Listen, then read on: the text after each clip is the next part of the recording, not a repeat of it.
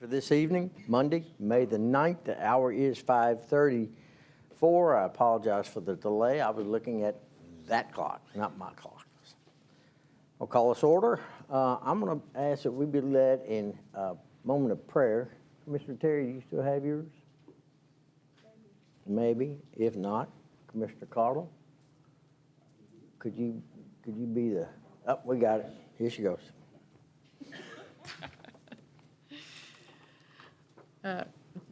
Please pray with me. Almighty God, I pray today with a sad but hopeful heart and to put peace in the hearts of those who are filled with hate. I pray all plans to destroy this country will fail.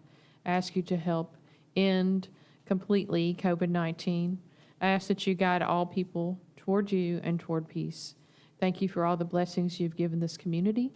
I ask that you keep us safe from harm and danger, sickness and disease, and to keep us mentally, emotionally, physically, and spiritually healthy so that we may contribute our best to our fellow citizens, to give us the opportunity and courage to love and encourage others. Bless and protect our first responders and military so they may protect our freedoms. Amen. Amen. Thank you, ma'am. I'll always like to ask a guest to lead us in the Pledge of Allegiance. And Ms. Tipton, would you come forward and lead us in the Pledge of Allegiance? So I come up here? Yes, ma'am. Okay.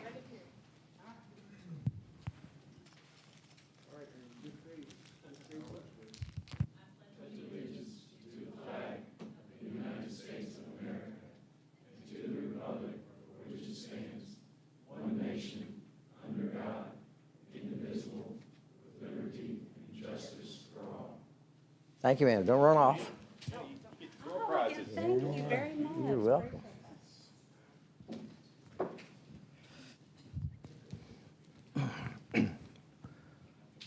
Commission, you've had the agenda. I've not heard anything to the contrary of acceptance, so I'll assume it meets your approval and move right on in to hear the public.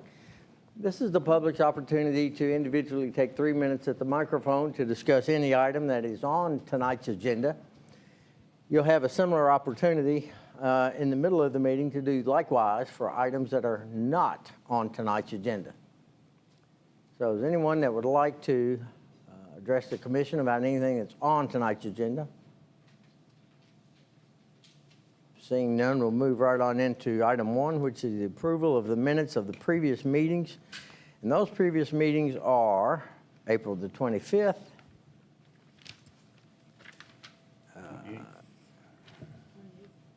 the 28th, and May the 5th. Chair will entertain a motion. I move for approval of the minutes of the meetings of 4/25, 4/28, and 5/5 as presented. Thank you, Commissioner Cardle. Any discussion? Second. Oh, thank you. Sorry about that. Now any discussion? Seeing none, all in favor say aye. Aye. Opposed, like sign. Great, motion carries. Item 2 is the update from Ms. Tipton on the BCTC campus. Thank you very much, Mayor, and Yes, thank you, ma'am. Commissioners, for allowing us a few minutes of time this evening to address the commission. And so with me, I have Mark Manuel, who is our Vice President for our foundation and our advancement area. And then, of course, Dr. Acapo, our college president, who also will have a few remarks. So I'd like to get us started by just, again, thanking the commission for being one of our top 3 donors to the Advanced Manufacturing Center. So if you all recall, probably 4 years ago, we came to you with a need to be able to expand the program capacities in many of our technical programs at the campus here in Danville. And you all rose to the occasion, and we just want to formally say thank you. The center is now officially open. Many of you have been to the center, either through our ribbon cutting or having visited, but we certainly would love to host a VIP tour for you all or anybody else that's affiliated with the city to be able to come see the center. It's quite magnificent. So just as a reminder, your contribution, what it allowed us to do was to expand the number of students, ultimately graduates, in 3 of our top industry high demand sector areas. advanced manufacturing, so our advanced manufacturing technician program, our industrial maintenance, and our electrical program. So again, we just thank you. Wanted to provide a quick update and then turn it over to Dr. Acapo. Another part of what the Advanced Manufacturing Center has allowed us to do is also to respond to our business partners. So our companies who not only need our graduates, but also may need our that facility to be able to deliver customized training. So right now, we're working with 5 or 6 industry partners actively providing training at the campus here. So the lab equipment is also being used to help industries who need to upskill their existing workers, or maybe there's a new technology that's being introduced. We're able to help them with addressing those skills gaps in their existing workforce. So very happy about that. Also, another area we're impacting is our healthcare area. So we're able to work, in addition to our LPN program, we're currently training nurse aides, so individuals who want to pivot into the healthcare industry, also providing Kentucky medication aid training. So these are all short-term credentials to get people into the healthcare pipeline. So that's happening here in Danville. Another area that we want to update you on is just the need to be able to continue expanding partnerships and relationships with our high school, our K through 12 partners. So we have a program called Dual Credit. We also have a formal Bluegrass College Academy, which allows high school students, juniors and seniors, to be able to earn an associate's degree while they're in high school. So if they want to then go on to a 4-year program, it sets them up to be able to transfer. So we, Dr. Acapo will talk more about that. And you know, the whole premise of this is acceleration, right, to completion. We know we have workforce demands, we have talent pipeline needs. Anybody that you all have talked to, I'm sure, has shared the need for workers, whether it's in our manufacturing areas, if it's in the education sector, if it's in healthcare. We know that these are all needs. So BCTC is part of that solution. We want to continue to be part of that solution and helping people. But in order to do that, we need to develop and bridge more opportunities for our students that are sitting in our high schools to take advantage of, quite frankly, of what BCTC has to offer. So I'm going to stop there because I know we have a limited amount of time, and I wanted to introduce, and many of you know, Dr. Kofi Acapo, and he's going to come up and provide some remarks. So thank you all for your time. Thank you. Good evening. Good evening, Mr. sir. Mayor, Commissioners. Thank you for affording us the time to be with you this evening. I'll be brief so BCTC does not hijack the meeting.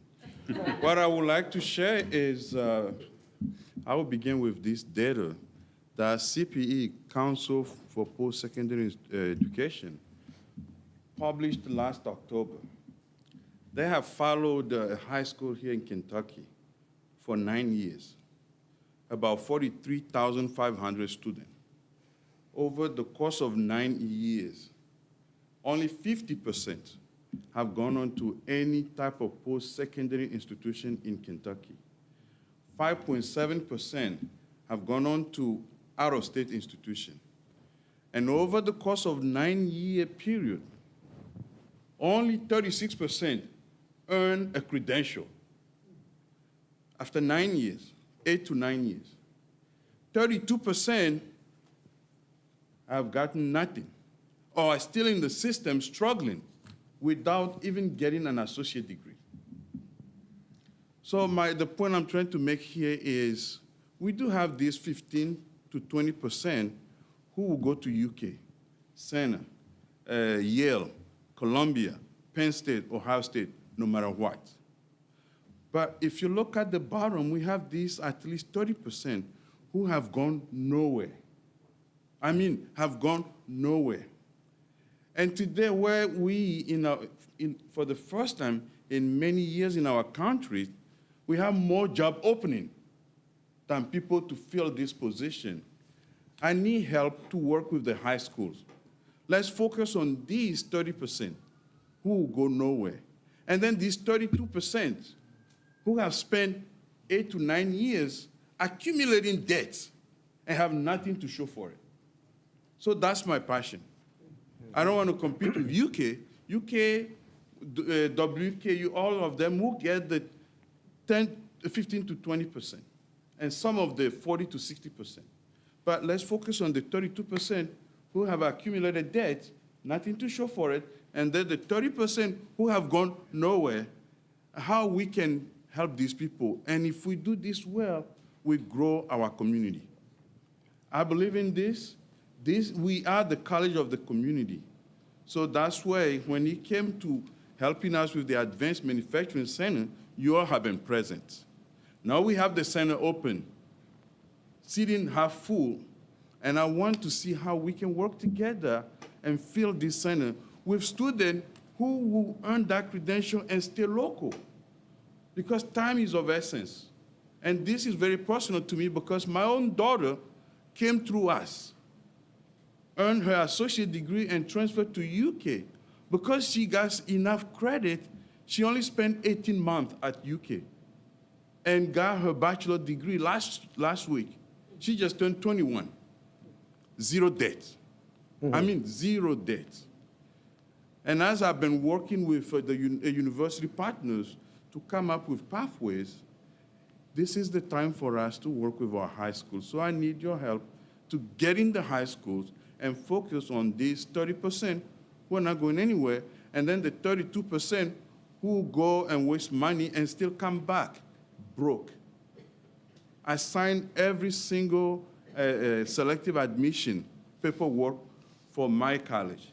And I can tell you, we're seeing more and more students with master's degree, bachelor degree, coming back to do the technical degree that they should have done 4, 5, 6, 7 years earlier. I also sign every employment requisition.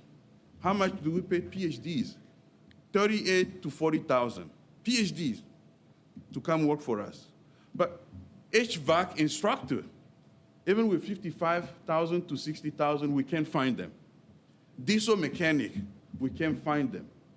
Welding instructor with 2-year credential, making almost double what my PhD folks are making. I'm one of them. And nothing against PhDs. But I'm just telling you, the time we're living in today, we need these technical credentials put in the hand of these kids early on so they can get a job and stay local. So that's my plea to you. But one other help I need from you is I shared that with Mr. Mayor. I have done this in Ohio, and it worked. But many of these 30% don't have the means to take advantage of all the dual credit that we offer. The technical one, now the state is allowing us to do more where it doesn't cost these kids anything. But my mantra and goal is not to turn anybody away. So if we can also set up an endowment for those who want to do gen eds and state only pays for 2 courses over the high school experience, we can allow them also to do that.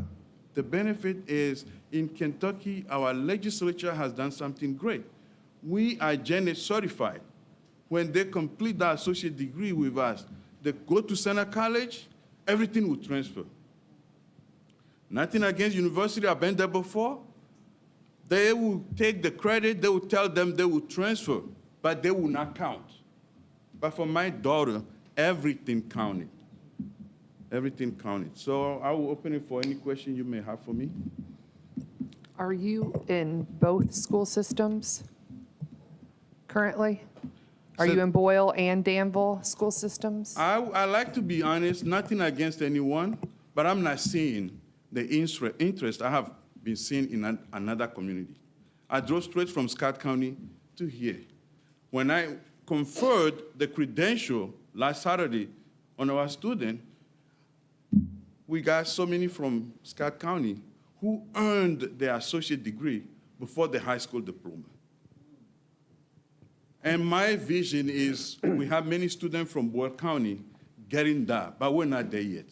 And that's where I need your help, all of you in this room. We are the college of the community. How we can work with the high school, I need help. So is the issue that,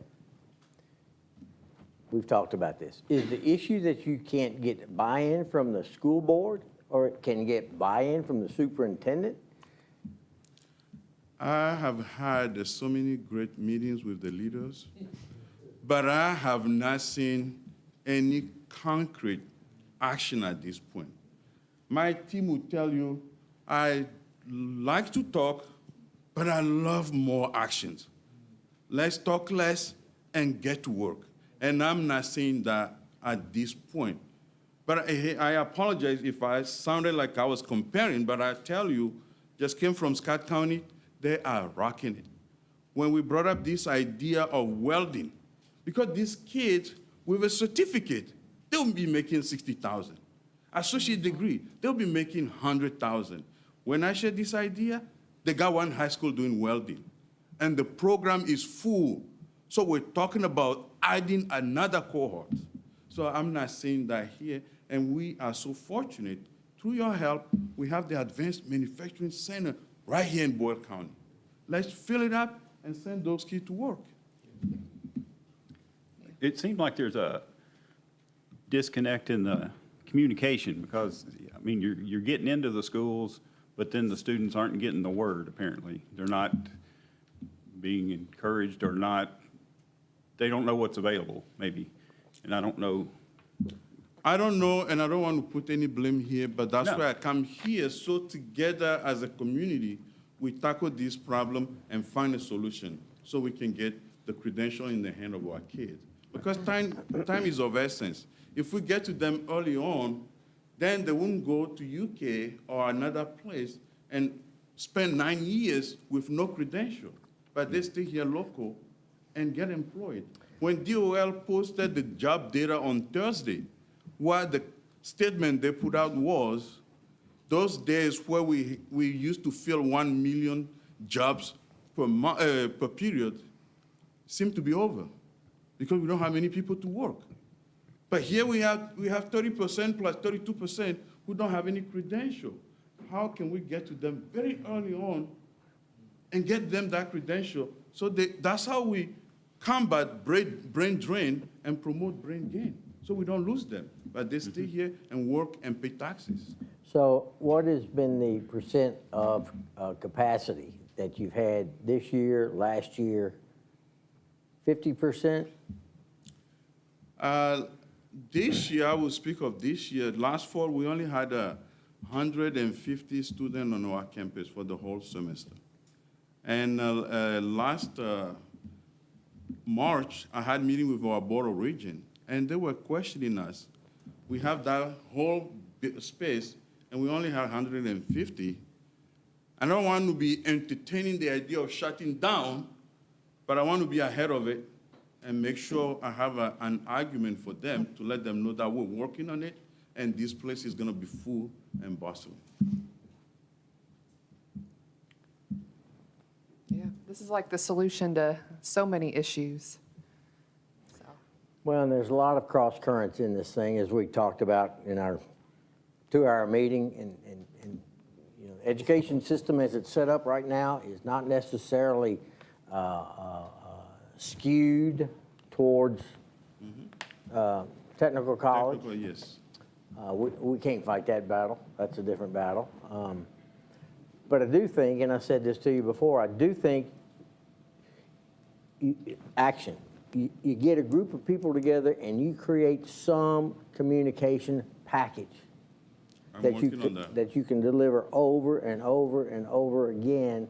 And don't be afraid to say, if we can't do something better, the Board of Regents is not going to continue to pay the cost of that facility with 150 students in it.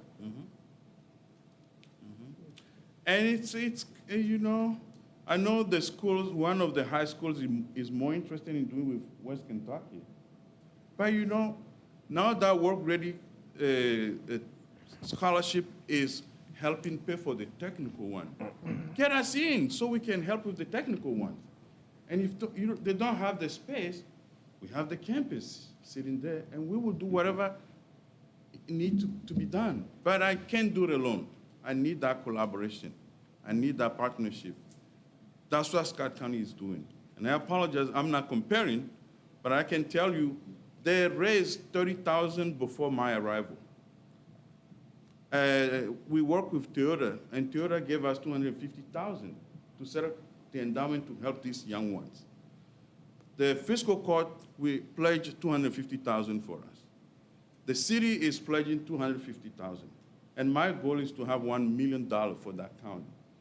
I'm looking to do the same in Boyle. It may not be $1 million, but I will be here as long as it takes to see how we can make it easy and seamless for the student. But first, we have to get in the high school and do something that is very serious, revolutionary. Have you worked with the Workforce Development Group, with EDP, Enos Tillman? Because he's spoken quite a bit about trying to get in the schools. Yeah, so, Yeah. I've actually been the co-chair of the Workforce Development Committee, not currently, but the last 4 or 6 years, Ennis and I were co-chairs together.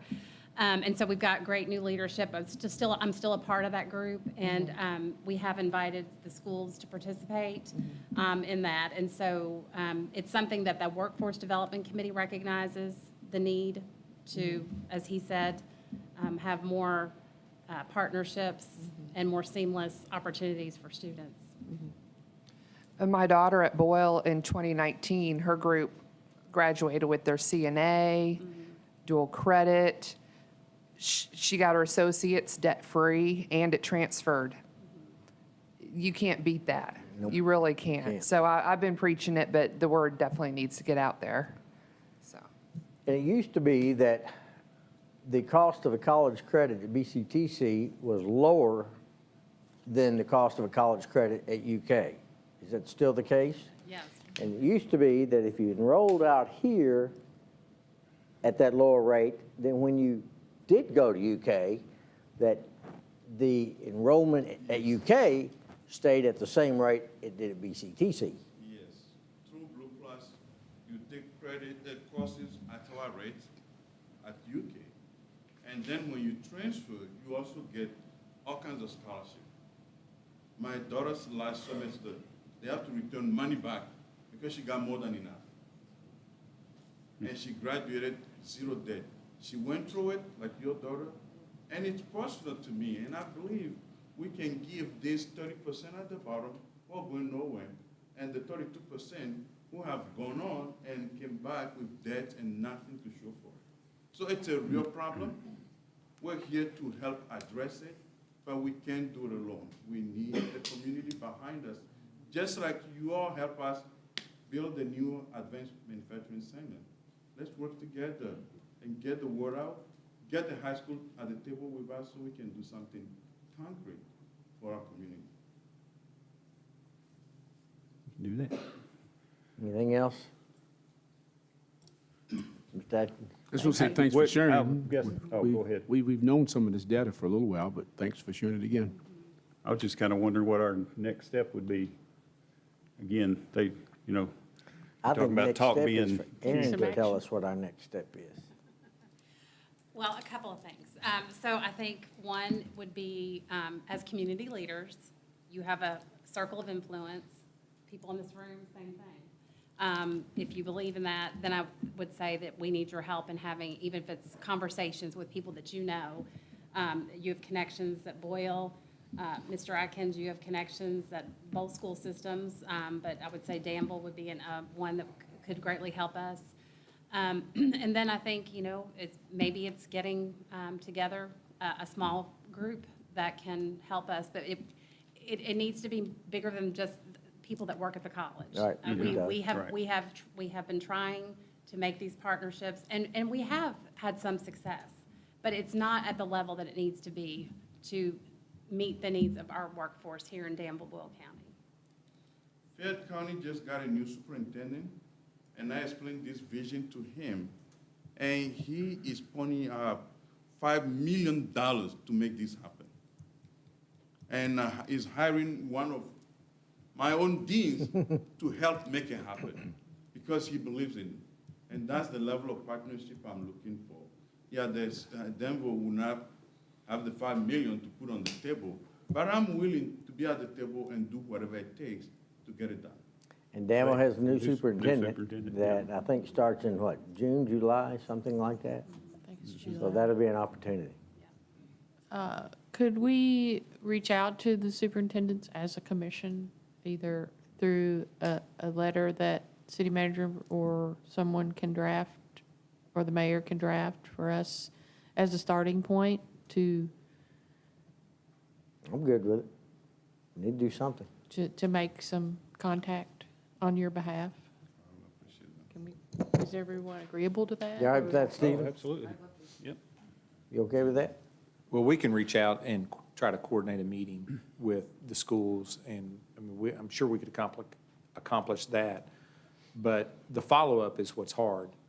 And so it's one thing to meet and talk, but putting action to it's the challenge. And, you know, we could envision a program administered through the high schools and BCTC, and I mentioned this the other day, that, you know, where we have a program of entrepreneurship where we help work with young adults and how to start a business and what that business looks like. And, you know, there's an sundry of opportunities with BCTC. And so we have to, as a community, lean into that asset for our young folks. And we have to connect. So if we're short on employees and workers here, we have to figure out a way to connect our high school students as they're transitioning into the workforce to our local community and enable them to see opportunity here, not to try to figure out where they're going to go, right? We want that to be a natural transition out of high school into the community here. So there's a lot of dialogue that can happen, but it will take lifting from the schools and BCTC, and certainly if the city can influence that, the city commission too. And so, If we could maybe do something as a commission to reach out, then individually, we can all follow up on that. yeah, we'll commit to trying to coordinate a meeting. We can work with Aaron and the doctor, and we'll try to get a meeting and sit down and see what a plan of action might look like. But most importantly, what we should do is go to the meeting with a plan of action in hand and try to begin with, not the end in mind, but begin with a plan in mind of what the next step is. Present that next step, not go to the meeting and try to brainstorm about an idea. Maybe we approach it like that and just see if that's effective, and we'll go with that. We just had another meeting recently where I shared with them 2 new programs that we have developed with UK. It's a engineering track and computer engineering track, where the student will do the first 2 years with us. They can go to work, or they go straight to UK, no question asked. Or they can off-ramp, get a job, work a few years, decide, no, I need to go back to school. Straight to UK, no question asked. So we have these 2 tracks, and which I believe we can start here at BCTC, and the first 2 years will be with us. Even if they apply to UK, UK will send them to us for the first 2 years. Yeah, the engineering track is something that we had thought of too, and it's nice to help young folks see that opportunity and not be so overwhelmed by the idea that they have to leave home to work in engineering. And so provide them a little bit of comfort locally until they get comfortable to expand their horizons, or like you're saying, maybe they off-ramp and enter into a trade that is engineering related. So there's a lot of opportunity here locally, and certainly we need to, and we should include the Workforce Development Committee with that a little bit, at least the chair, and try to work through that like suggested. Yeah. And I would also say, the mayor asked what else, what we could do. You all know people that have businesses, plant managers. They're screaming for people. They need Yes. people. And so this is a way to help solve their issues. And it's not just entry-level positions that folks are Correct. needing. We're talking about skilled We need technicians. skills, we need Yeah. middle, not managers, middle assets into an organization that can move the ball forward for the organization. And so like, we need to look at it in that way also. We can do non-credit to credit. We can build certificates that are stackable, and they take one upon another one. Before you know it, they earn a credential. And they can transfer that to any university and build on that. We do everything.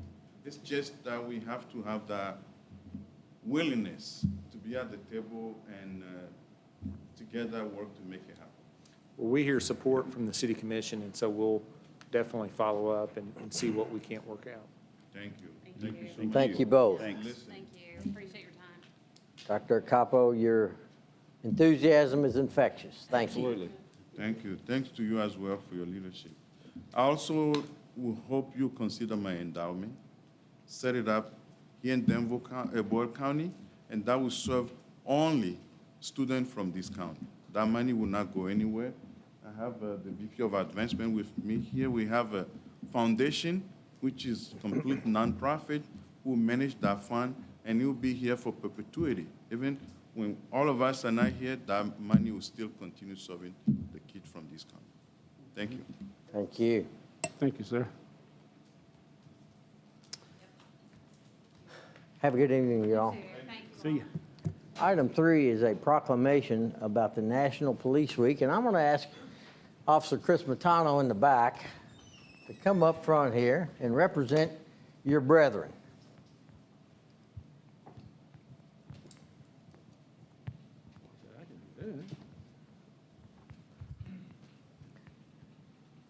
Actually, we don't have any wood.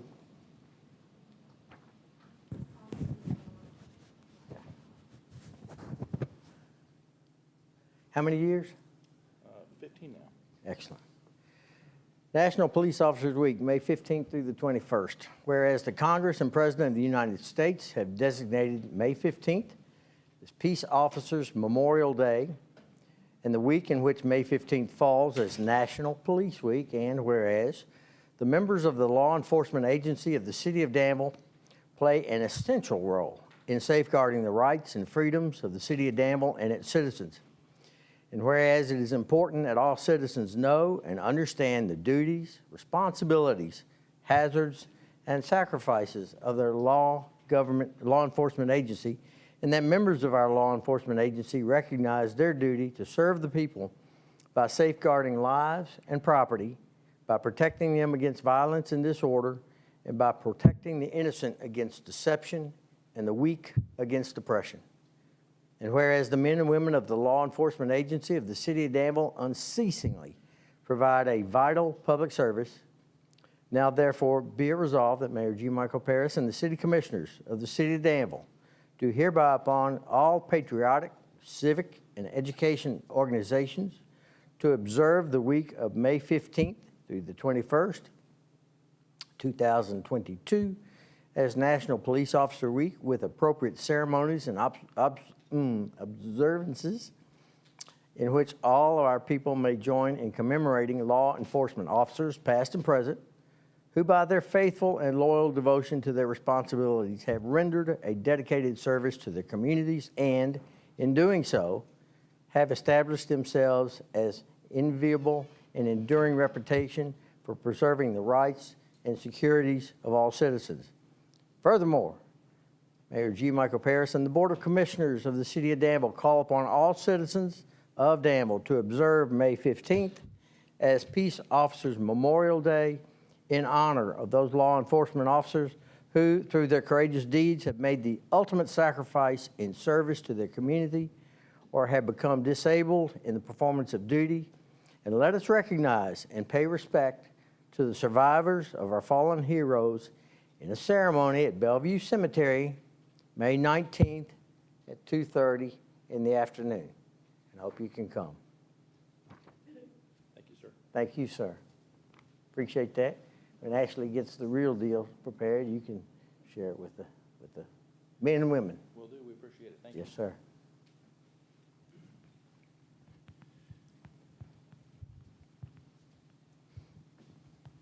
Do I hear a motion for the proclamation? I'll move for approval of the proclamation. Thank you, Commissioner Terry. Is there a second? Second. Commissioner Holland, thank you. Discussion? Seeing none, all in favor of the motion, say aye. Aye. Opposed, like sign. Motion carries. Item 4 is a banner request from the Great American Brass Band Festival. I don't think we have anyone here. Earl, you want to carry that on?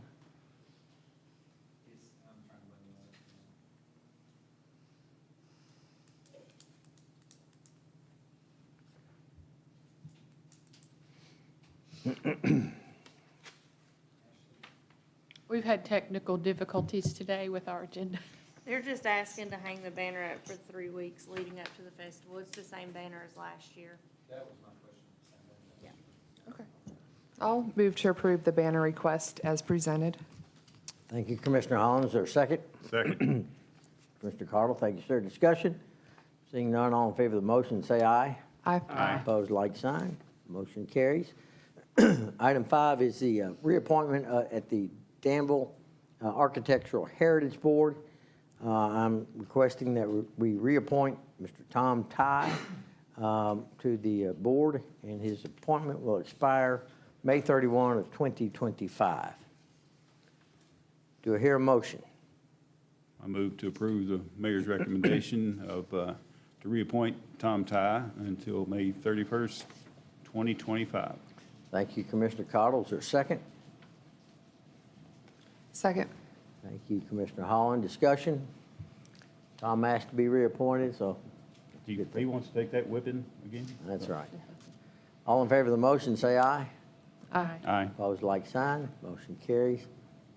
Item 6 is a reappointment at the Planning and Zoning Commission, and that is the reappointment of Terry Manon to P&Z, and his term, if elected, would expire May 31, 2026. Do I hear a motion? So moved. Second. Thank you, Commissioner Atkins. Thank you, Commissioner Terry. Discussion? Again, he asked to be reappointed, so that's good public service. All in favor of the motion, say aye. Aye. Opposed, like sign. Motion carries. Item 8 is a design update with respect to our parks. We have our representative here. Mayor, you skipped number You 7. skipped, What did I skip? Oh, Ethics Board reappointment. Sorry about that. That would be Mr. Bill Carter, hang on, Mr. Bill Carter and James Hunn to the Ethics Board. Now, that's James Hunn Sr.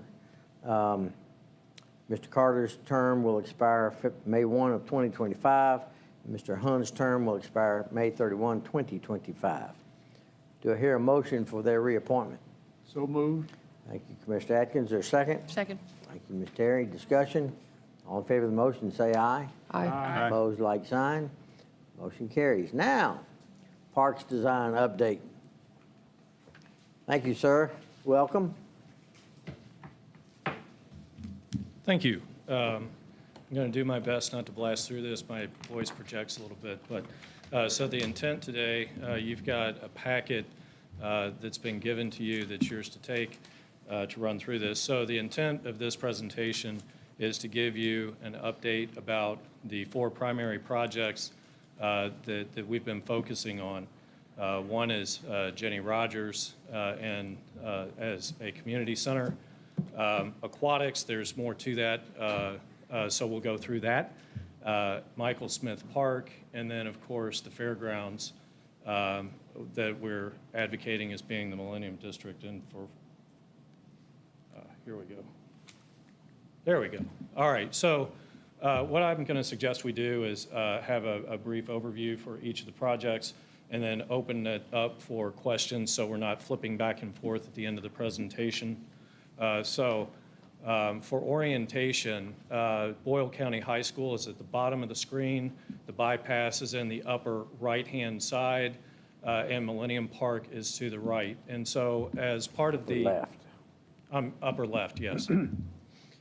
So as part of the master plan that has been shared with the group, there were really key components that included a tennis complex, which is in the bottom right-hand side of this image, a 90-foot base pad baseball field for high school-age kids, renovating the proposed building on site as park offices that could also serve as a banquet center. Associated with that would be a terrace that we're calling Home Plate, and a playground, which would be central to this particular plan. Associated with that, of course, is parking and pedestrian circulation around the site. Our focus right now and the most immediate need is a tennis complex that would supplement the loss of tennis courts on Boyle County's high school's campus and the potential loss of tennis courts at Bunny Davis should that facility be relocated. So the intent for this particular complex is to provide a tournament-ready site that has 6 competitive tennis courts. It includes a plaza that would connect from what we call the Ridgetop Promenade Walk, which is in gray at the bottom of this particular slide. And it has outdoor furniture, so would have seating opportunities, shade, lighting, and then a shade structure over structured seating below. That shade structure, I believe you've seen at least some initial concepts of what that could become or how that could come into play. These were the 4 concepts that I believe have been shared with the commission. We are currently leaning towards concept A or B, and we're working through some of that, those specifics. And we're also exploring the use of materials. We've heard feedback about, does it want to be contemporary? Does it want to be park-like? So we're going to be continuing to study what that shade structure might look like. And then, of course, tying into who we are, looking at color schemes that really play into who Danville is. So the thought is utilizing a color scheme that plays off of our brand, our logo. So the one that has the drop-down, third from the right, is the color scheme that we're looking at. So that's the blue, a little bit darker blue than what we see in the logo, with a gray apron. So key considerations for the complex, we're looking for a tournament quality tennis complex with 6 courts. It would include lighting, sound, terrace seating to utilize the grade change that we have out there. And then, of course, we need to think about shade, and that can be done either through structured or structured canopy that was shown earlier, or through strategically located trees. Obviously, we need to be thinking about convenient and accessible parking so that it is a fully accessible facility. We're looking at that plaza between the Ridgetop Walk and the top of the facility and using a rich blend of materials. So we're working through what that could be. It's certainly clay pavers of some sort, site furnishing, so seating options, and then obviously shade trees. And one of the things that we've been talking about is flexibility of this facility. Pickleball, as everyone knows, is a trend that continues to grow. So we're looking at lining the 4 tournament courts that are together and separate with pickleball lines so that we've got that flexibility to use it not just as a tennis facility, but also pickleball to meet that need.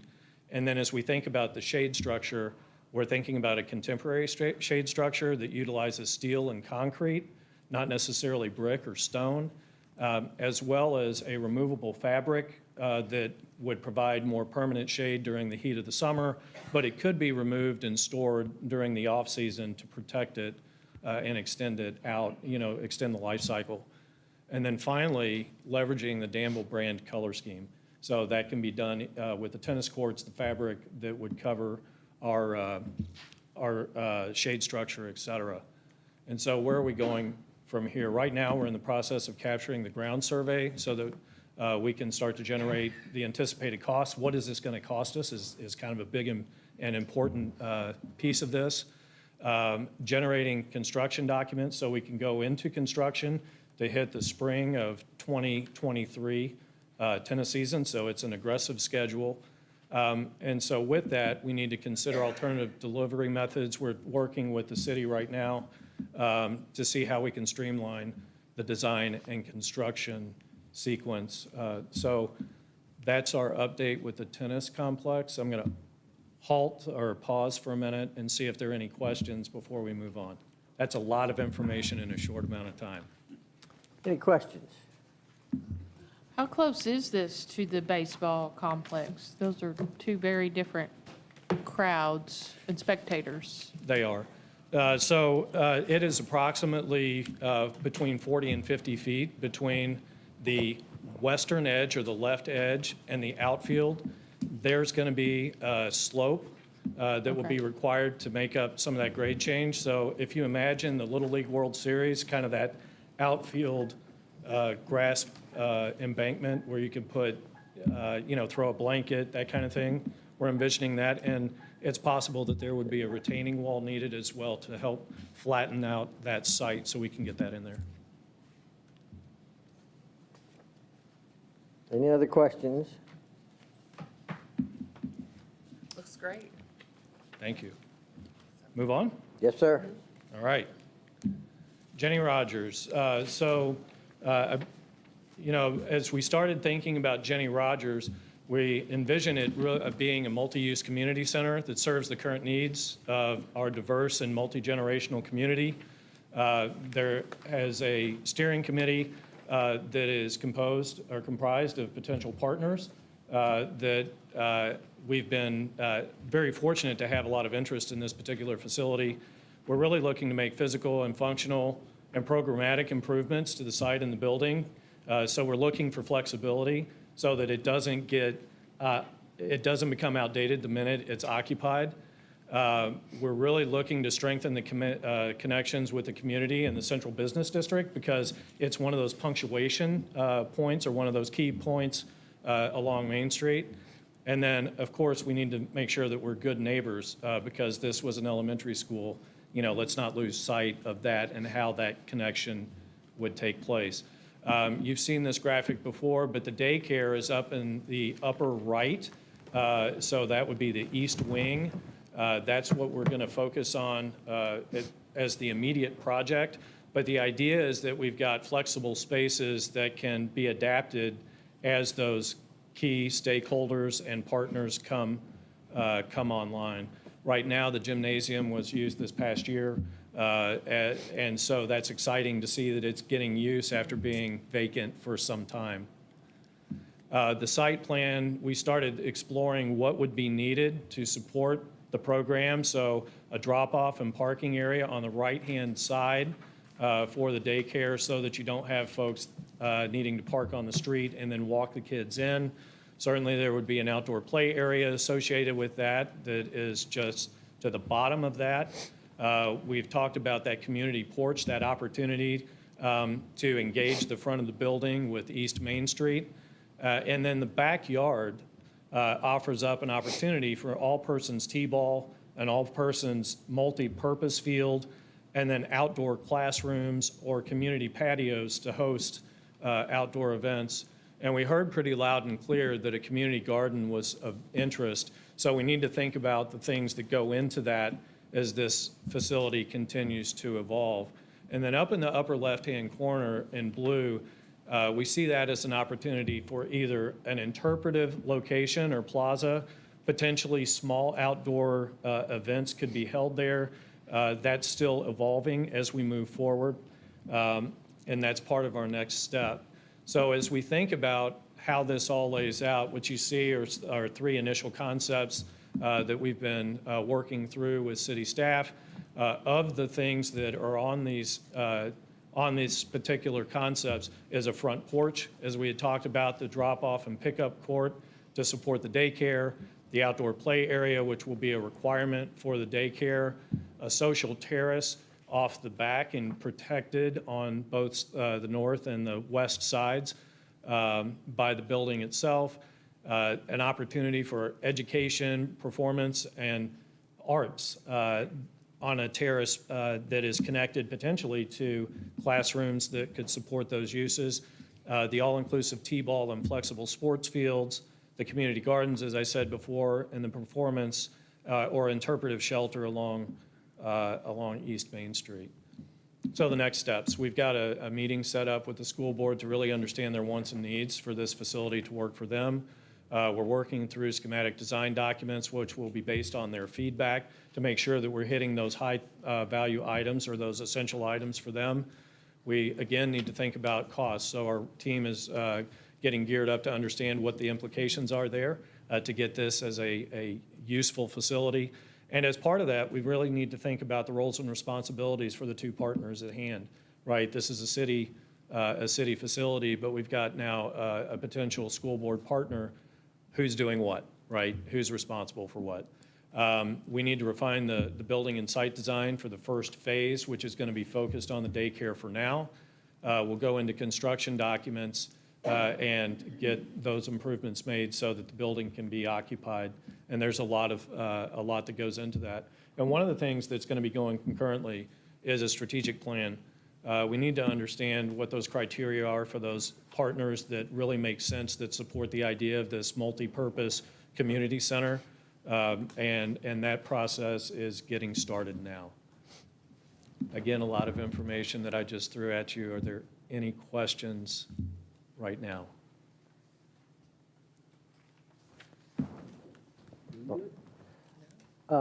Question, Sure. the involvement of the school board. Why is that? The involvement of the school board? Were you were not at the last meeting, were you? Wasn't that the last meeting, Josh? You want to give us background on that? Yes, Boyle County Schools has reached out to us to be our daycare provider. Okay, engineer. I'm thinking the other school board. Thank you. Okay. Yeah, we have a meeting with them Wednesday Wednesday. Yeah. to kind of Got it. Yeah, start so the we followed the process. model down when they did the site visit down in Somerset Yeah. at that facility, and where the schools were invited. So then there was a follow-up discussion with all the schools, with both schools and the early childhood group, and ultimately Boyle County stepped up and said, we'd like to figure this out. And so we're going to continue to flesh that idea out. And Danville declined at this time, but we'll follow up with them when the new superintendent gets there. And so we're not sure if it was just because they knew they were in limbo that they hesitated, but we'll follow up with them, make sure we have that conversation again too. I think it's neat what you all did with the old cafeteria, making it a banquet hall, and putting a new cafeteria right up front. That's pretty neat. It's, there's been conversation about a commercial kitchen as well, which would be a tremendous asset, something that's not common. And that tied in with, a banquet hall where the cafeteria is, also supports the idea of a coffee shop or something where the old principal's office was located. So as you come in, I think there are options. I mean, I could see someone dropping off a kid, grabbing a cup of coffee, sitting on the porch, and then heading off to work. Well, unless they're late getting to work, right? So, yeah, we're excited about the opportunities. And the thing that we continue to focus on is flexibility, right? So that we don't box ourselves in if someone leaves into having space that's not usable or reusable. So adaptability and flexibility is definitely one of the primary goals here. Okay? To give you all a quick update as well, as the city's in, we had all the asbestos floor tile in the classrooms was removed over the past 2 or 3 weeks. So we've gotten that removed. Now we'll just need to replace the flooring in those classrooms. But trying to get some of those kind of items done while the building's empty so we can move forward with filling it up. Thinking in short term about that strategic plan, we've kind of had a loose group of stakeholders that I've kind of pulled together to have meetings about the building. But I think if we're going to develop a more formal strategic plan, we probably need to formalize that group, something that, you all have input on who's there and the community has some input, and it's very transparent about who's involved in that decision-making. So I'll try to sit down and think about that and have something to you all over the next month or so we can get that group meeting regularly, and it's a known group of people. Was this a location considered for a splash pad, or did it look to serve other needs? It absolutely could. I think that's part of the development of the program itself. So understanding what the wants and needs are, and we've got the results for the Aquatic survey that starts to address some of those things, so we can certainly review it there. So it's not out, Okay. but it's not currently in either. So it's still in flux. Thank you. 'Cause You're there's welcome. Nothing on that end of town, so thank you. Yep.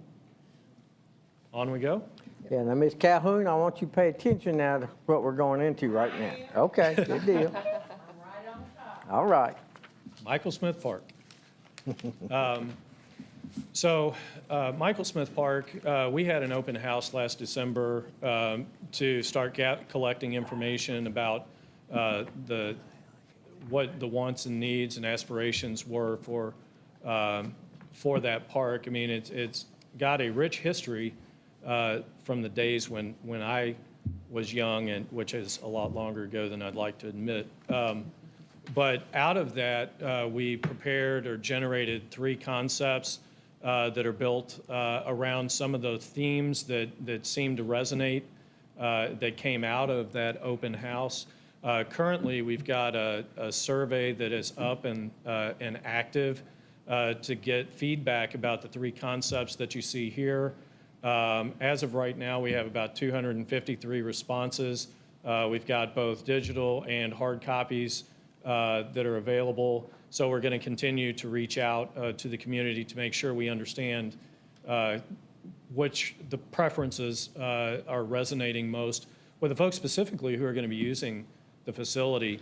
One of the things that we are introducing is the idea of an interactive water feature. And one of the challenges we have with that site is that it's in the floodplain. So our thought is that if you can elevate the mechanical system out of the floodplain off the ground, that you keep it out of harm's way.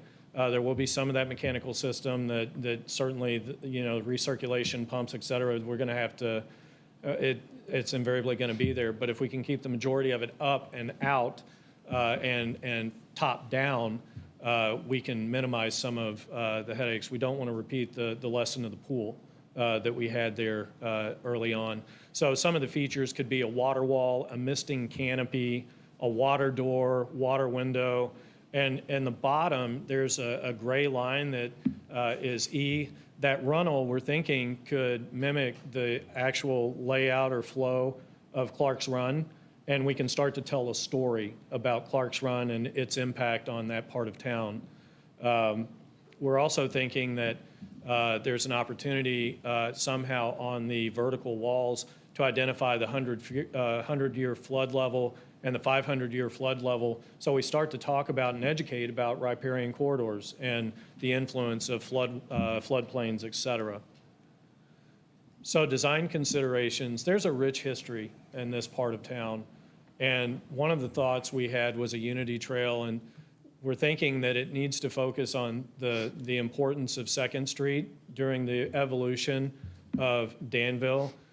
We've got the opportunity to tell the story of the riparian corridor for Clark's Run, so that would be on the south, and Town Branch. Town Branch was a very important waterway for Danville and was one of the founding factors for the city, so why aren't we telling that story? All of that can culminate in Constitution Square and make a loop. So it's an educational opportunity for different aspects, both ecologically, historically, culturally, and it's something that we believe is really important. Provide an interactive water feature. We've heard probably a dozen times, if not more, that some sort of water feature is desired in this area. The rock wall. We've heard a lot about the rock wall, the history of the rock wall, and how important it was as an icon for that neighborhood. So let's pay homage to it, but let's look at ways to reintroduce it so that it's meaningful and that theme can then carry into the park, right? So we capitalize on what that was. Amenities like the gateway and civic lawn, picnic groves, court sports, and how to utilize the landfill. Right now, we've got a capped landfill that is not being utilized or touched. There are ways that we can think about capturing that land and letting it be productive instead of a deterrent. So we'll look through what some of those things might be. Immediately, though, we need to think about parking, traffic calming along 2nd Street, which probably includes intersection improvements so that we can slow traffic down. We've got a bus shelter on the opposite side of 2nd Street that kids have to navigate. Let's think about how we calm traffic through that area so that it becomes safer for the kids to get to the bus shelter and it's not playing Frogger, reference from one of my youth, right? And we also have an opportunity to embrace Hilldale Cemetery through a pedestrian bridge and a walking path. You know, why in the world is that not connected into the story of 2nd Street? Let's make that convenient, safe, and it doesn't have to be along 2nd Street. It can actually come through the park and be part of that narrative, right? to help tell that story.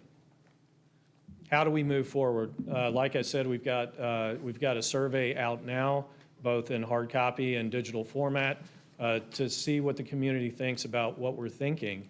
Out of that, we'll take that feedback. That becomes the foundation for the creation of a park master plan. And then we need to define the first phase. Well, the first phase is really the introduction of parking to support anything that we do in this first phase. Parking's a problem. We've heard that from the residents. So what do we do about that? The park gateway, what's a proper and justified entrance or introduction into Michael Smith Park? How is it celebrated the right way? Second Street intersection improvements, like I said, safety has to be one of the important pieces of this, and kids and vehicles need to be able to coexist here. We've got to do that the right way. And then, of course, the interactive water features. So that's kind of the synopsis right now for where we are with Michael Smith Park. This one is still evolving and really is going to be contingent upon what we hear back from the community. I'm open for any questions. And I missed it. Oh, go ahead. Yes, ma'am. So the interactive water feature is like the splash pad. It's introducing water coming from the top down, but it would have a misting roof, a water door that kids could run back and forth through. So it is part of this first phase. It's gonna be a nice park. Yes. The first thing right now, they need a bathroom down there. But this city packed, people come having different things on the weekend, they needing a bathroom. Yes, ma'am. And it should have done been down there. So yes, that would be part of it.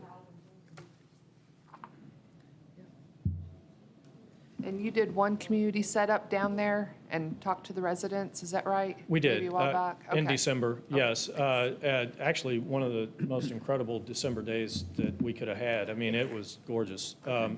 But we also understand that that's just one opportunity to touch or reach out and collect feedback. So the survey is another level. So we want to be as comprehensive and engaging as we can be. And they wanted to put a porta potty down there, it should have been down there. That's what it's about. Yeah, we could look into it. We have one now at Lexington Avenue at Splash Pad. We can look into doing something similar down at Michael Smith. But I think a proper restroom's probably part of the phase where we do a pavilion. So, yeah, we'll look at that for the probably, Earl and I actually talked this morning, John and I haven't even discussed it yet. We probably, as soon as we get feedback from the survey, we'll probably try to fast track the pavilion as well. Because that was, when we were down there that day in December, that was the number one thing we heard was needed, was a nice pavilion for just people to have get-togethers. I mean, that was Right. the number one thing.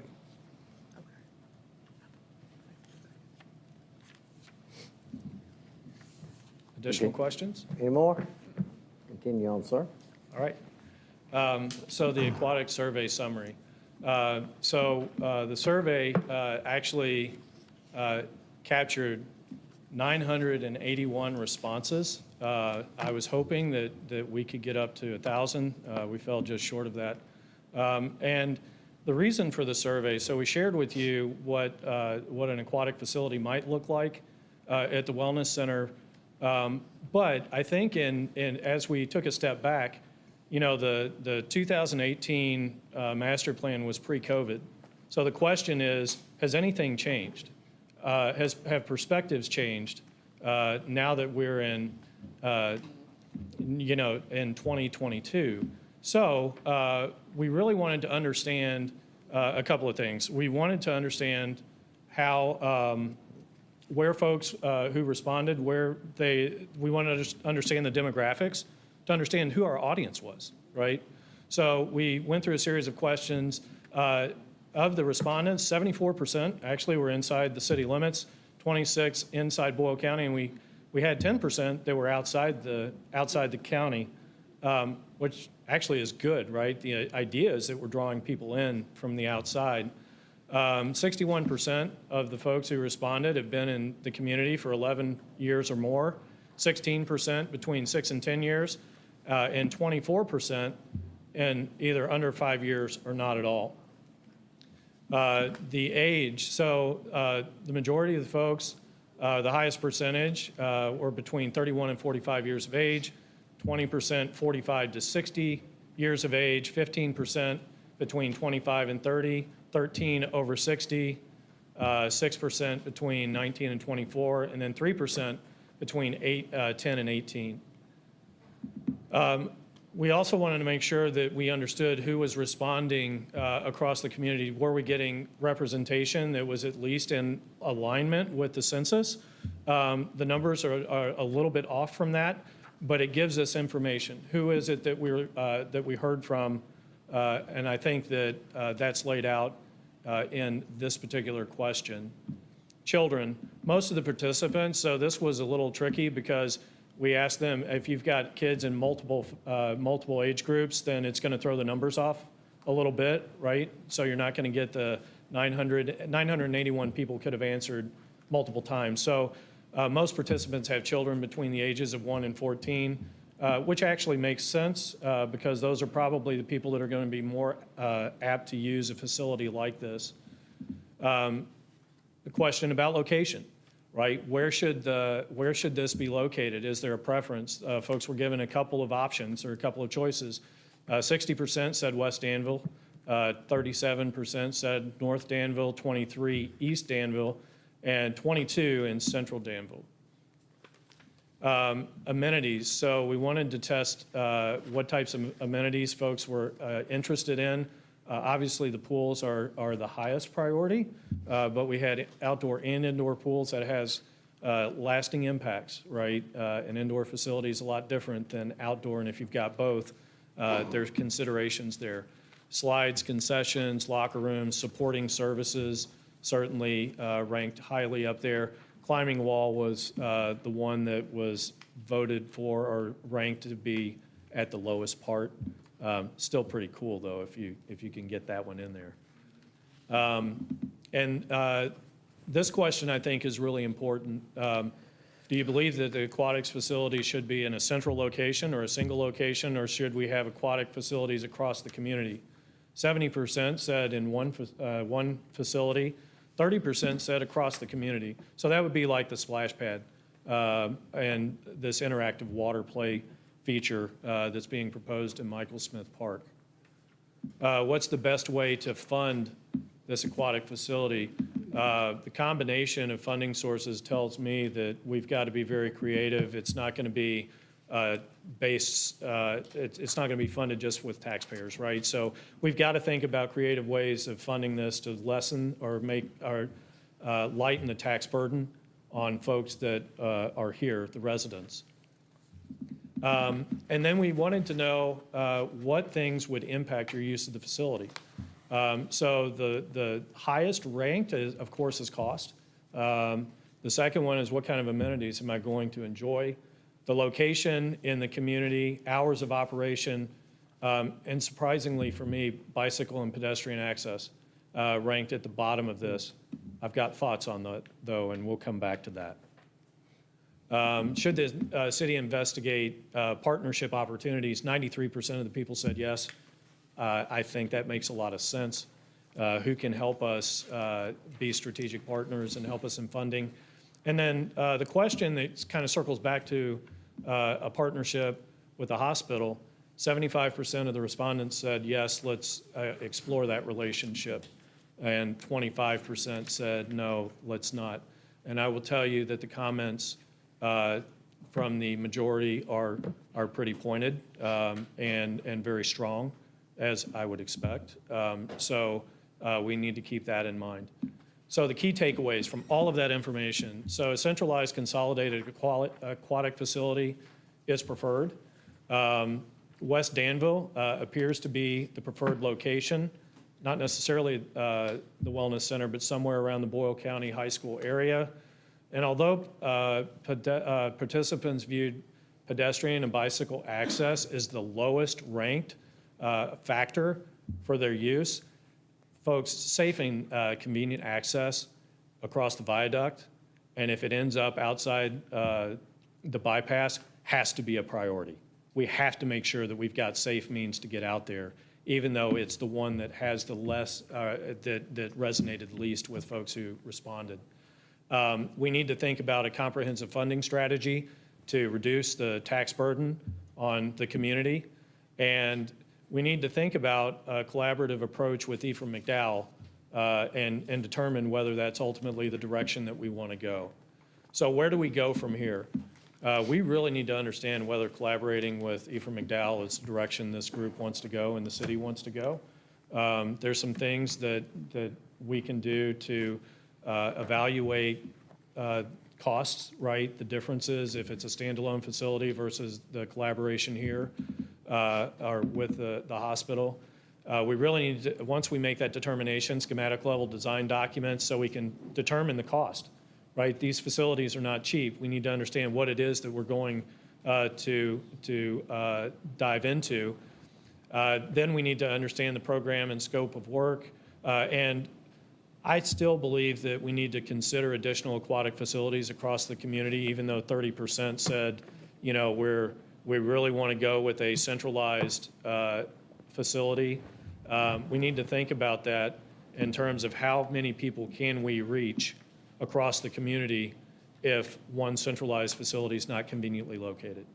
And it doesn't matter where that goes, right? That could be South Danville, East Danville, West Danville, North Danville. It's going to be a distance from somebody, right? So we need to think about where we can introduce additional facilities as needed. So that's our summary for aquatics. It's a big topic, and I'm sure there are lots of questions.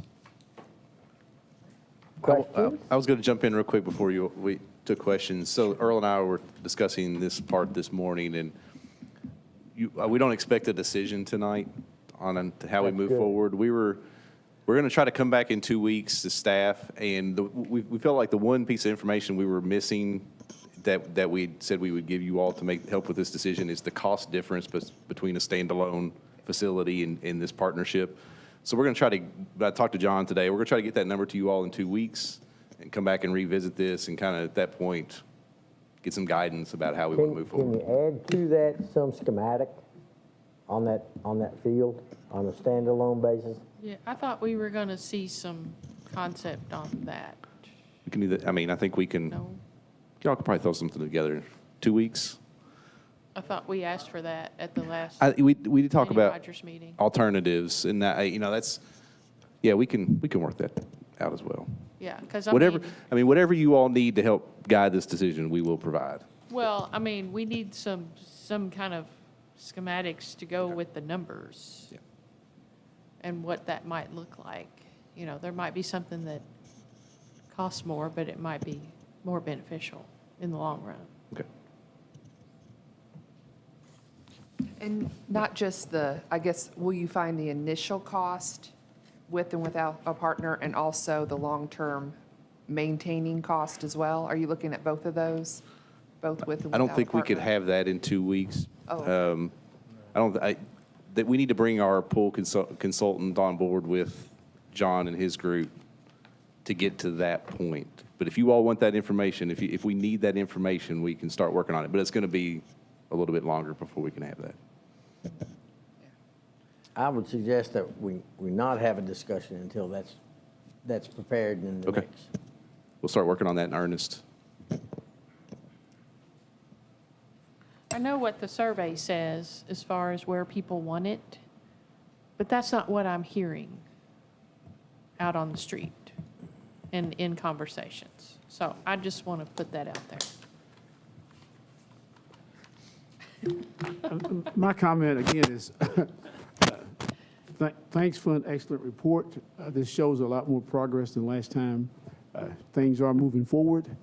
It may not be as fast as some folks desire, but this is great information, so thanks again. And staff, thanks to you guys for staying with this.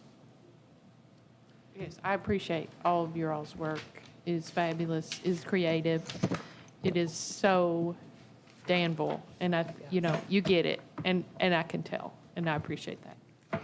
You know, in addition to operating costs, if you're advocating another pool somewhere, we gotta have that number. Not only just construction, ongoing. Yeah, we'll huddle as a team and pull some of that information together for you.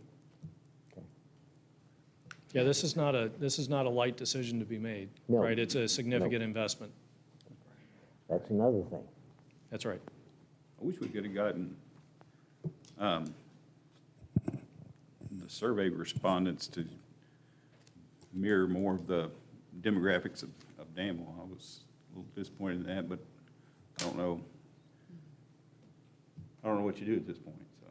We had some discussion, Josh, about sharing some of the comments with us, letting us see those, just to kind of see what they say. We were also wanting to get kind of the raw data. I don't know if we could get that, especially the comments at the end. Sure. We could provide that as well, yeah. I know out in the community, this is one of the most exciting things to them that I hear that has happened in a long time with the city. You know, not everybody jumps up and down about, water or sewer, which is more important, but the entire community is very, very excited. I'm really glad to have someone local that understands and comes from Danville, so. There's a lot of moving parts to it. I mean, there's a lot of different facilities and little things. And so to their credit, they're trying to create scenarios to move things forward so that we can show progress. At the same time, we do understand that there's a lot of big decisions there. And so we want good quality information. Anything else? Thank you, John. Thanks a Safe lot. travels. Appreciate it. Thank you. Thank you. Yes, sir. Item 9 is resolution number 2022-05-09-01. This is a memorandum of agreement with respect to a tree endowment. Mr. Morgan? Yes, thank you, Mayor, Commissioners. Have Mr. Bo Weston here, Professor Bo Weston, to help me out with this, because he's helped direct this through Beautification Committee and the Tree Committee. So we met, it's been a few months ago, about the endowment that they're developing, and it's official now, I think, right? And they want to provide a long-term funding for maintenance on our trees that we've planted over the years, and we will continue to plant into the future. And part of that conversation was hiring an intern to help water the trees during the summer, just general maintenance, and we were going to do mapping and just really somebody that could kind of take ownership of the trees during the summer and make sure that they're healthy and thriving. And that we kind of decided that the good home for that intern would be with the Ag Extension Office through their intern program that they have with UK. It seemed like a good fit. Instead of the city having to hire somebody outside and bring them in and not knowing their experience level and who could we get to take care of these trees, we would bring somebody in that actually cares about this subject and can do that. But the thing that the Ag Extension Office is lacking was a water truck. Some kind of, we have trucks with the water tank on the back that we water the trees with now. So they were asking that their intern be able to use the city's truck with a water tank when they're watering the trees during the summer. So we've put this MOA together that will allow that to move forward. So that's it in a nutshell. If y'all have any questions. Do we hear a motion for the Move for- resolution? Move for approval of resolution 2022-05-09-01. Second. Thank you, Commissioner Cardle. Commissioner Hahn, thank you. Discussion? Just another great partnership. Thank you for working on that. Just wonderful partnership, so. Professor Weston, you want to make some comments? You've been sitting patiently. Well, I just want to say, we're coming up on our 9th planting this Christmas. And the people of Danville have been so generous that we've raised more than the KU Foundation can match each year. So I've been saving those pennies. And the Community Foundation has put in some of its own money, and I have a donor who will top us off. But we can start an endowment through the Wilderness Trace Community Foundation that will buy essentially 2 days a week of this intern's time every summer. And will not only do the maintenance of the trees we have and the educational stuff and online mapping, but also look for where else we should plant indefinitely going into the future. And as we build up this endowment fund, it can also be a source in the distant future of money to buy trees and plant some more. Yeah. Are your trees the ones that went out by the trails, the walking trails? Yes. Mhm. Okay. Right, I've noticed lots of them, Lots of even them, yeah. out in the country. right. Off of, Yeah, yeah, and this is, we've been calling this the Danville Tree Project, but this is the Boyle County Tree Endowment. So anywhere in the county as we need. I appreciate your work on this. I wonder, we've talked about a tree ordinance for many years. I wonder, is this going to maybe help preserve some of our existing trees that maybe don't need to come down during construction like they have in the past? I don't know if this will impact it, but the tree ordinance is something that's on my list, my to-do list of updating. I think there was a good effort about 5 years ago, Earl, to update the desired species and the undesired species lists. But just the real meat of the ordinance as far as who maintains what and who's responsible for what, as far as trees on and off of public and private property it's very confusing, actually. It kind of contradicts itself and definitely needs updating. So that's on my list to do very soon, and we can, I'm really looking forward to that conversation, just freeing up the time. Anything else? Chair, call the question. All in favor of the motion, say aye. Aye. Opposed, like sign. Motion carries. Item 10 is resolution number 2022. Thank you all. Thank you. Thank you, Bo. Appreciate what you do. Resolution number 2022-05-09-02. This is the streetscape construction parking. Mr. Morgan, continue on, please. Yes, staff has been meeting about the upcoming streetscape project and the impact that it will have on parking during the construction on Main Street, and somewhat on the construction on 4th Street will impact parking on a smaller scale. So we've tossed around some ideas to offset that issue, and one we've landed on that we would like your all's approval to move forward with is that we would make the parking garage available for parking up to 2 hours for free. We currently have approximately 80 spaces that are available in the garage for public parking, but it's free for the first 15 minutes now, which really just allows for drop-off and pickup. But then after that, it's $3 for a half day and $5 for a full day. And those two charges would still stay in place, but if you leave the parking garage within 2 hours of entering it, it will be free. And we're hoping that will really offset some of the businesses' concerns. And so there may be more things we do as we get into the project and we kind of analyze how it's impacting everybody. But we thought this was a good first step and wanted to get your approval. I'm going to move for approval of resolution 2022050902. Second. Thank you, Commissioner Cottle. Commissioner Terry, thank you. Discussion? Is this an idea you've passed? I don't know. Have you broached to the downtown people with this idea already? Not yet. I've talked to the Heart of Danville about it a little bit. Just in the past few days, they have scheduled a meeting for, I guess I can go ahead, and I think it's somewhat official, May 26th, that we're going to sit down with the downtown businesses. Heart of Danville is going to organize that, and this is one of the topics that we're going to talk about the streetscape project in general. We're going to talk about kicking off the parking work that CenterWorks is going to do, but this item is one of the things that we'll be discussing during that meeting. And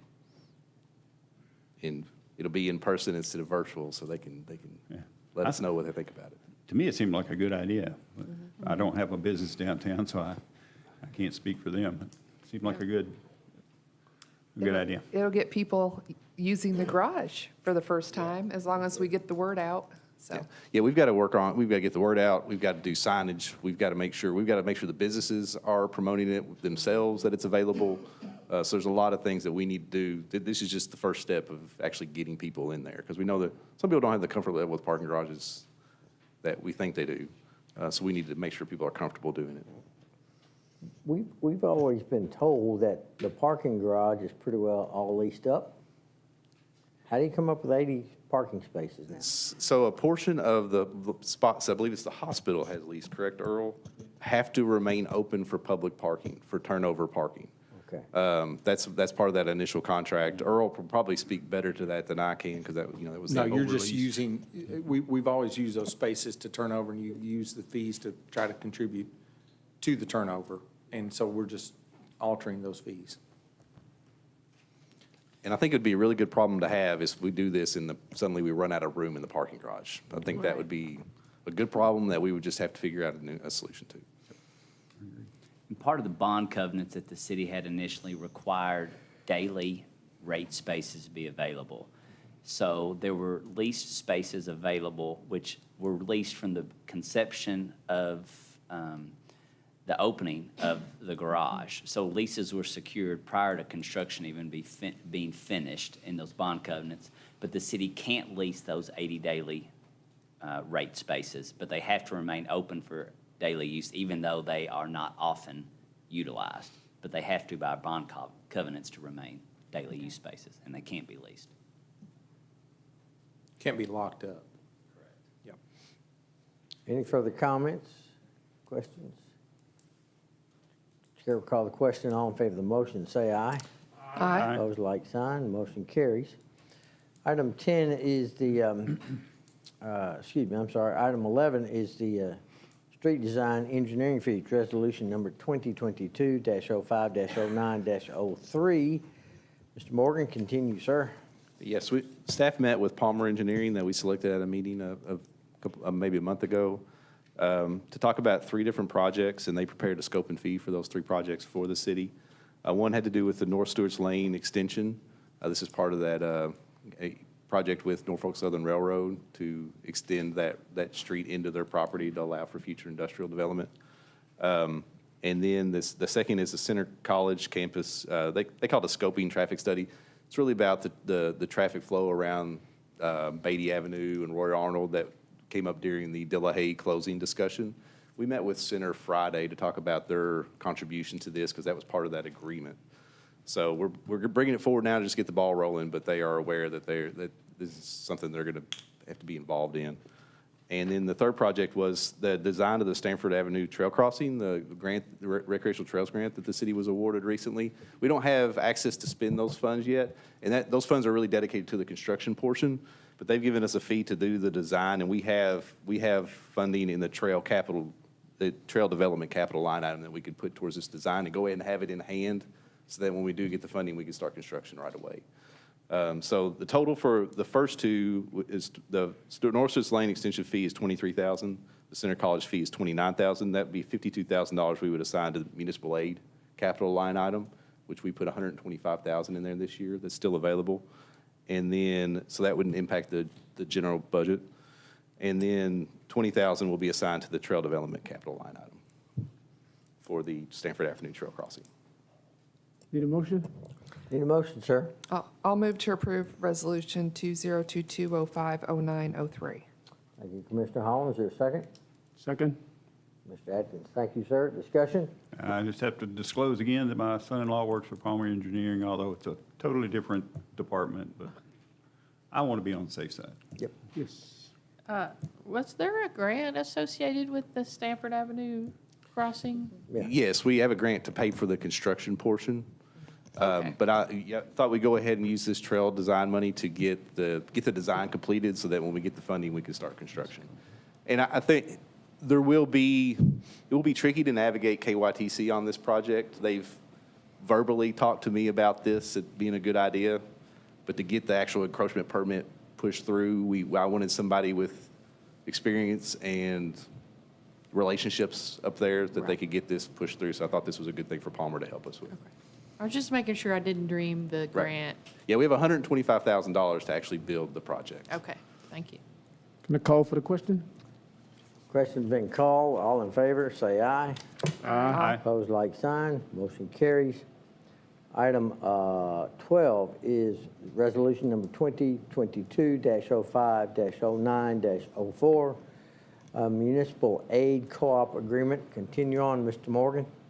Yeah, this is an agreement we actually started last year with KYTC. Instead of receiving our municipal road aid funds in monthly installments from the state, it's a different department of the state, we would receive it in 2 payments from KYTC, we would receive about 3 payments actually, 60% in August, 30% in February, and the remaining at the end of the fiscal year based on predictions of of our municipal road aid funding.